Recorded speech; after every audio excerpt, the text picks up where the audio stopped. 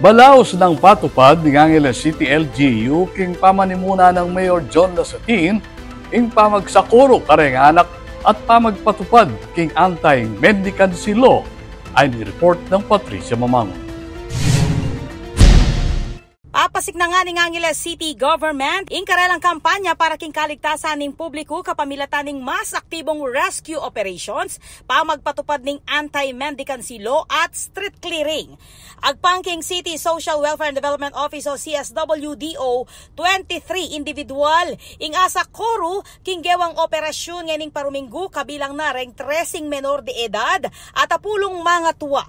Iba't kingamanwang bilang 7 ing may refer king kanlungan ng Kabataan Reformation Center para king karagdagang suporta at intervention. Kabang 16 naman ing dininan mumunang warning kaugnay dareng ordinansa ning syudad. Ing operasyon partine ning piyabeng kimut ning CSWDO, Angeles City Tourist Information Visitors and Engagement o Active, Angeles City Police Office, Women and Children Protection Desk, Angeles City Disaster Risk Reduction and Management Office at Barangay Balibago BPATS.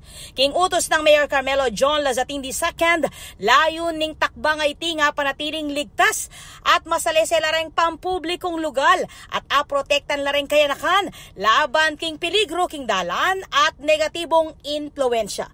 Ako po, Patricia Mamangon para king News Force Pampanga. Balitang tutuking Balen, susuyo.